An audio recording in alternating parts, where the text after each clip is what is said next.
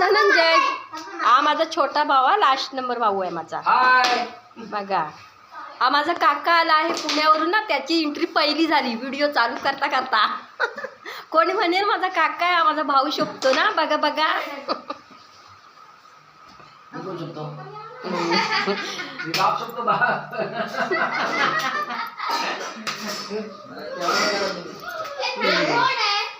हे माझं घर आहे. आमच्याकडे सर्व कॉमेडी आहे. तर अजून माझे 2 भाऊ बाहेर गेले आहेत फॅमिली माझी, म्हणजे माझे भाऊ.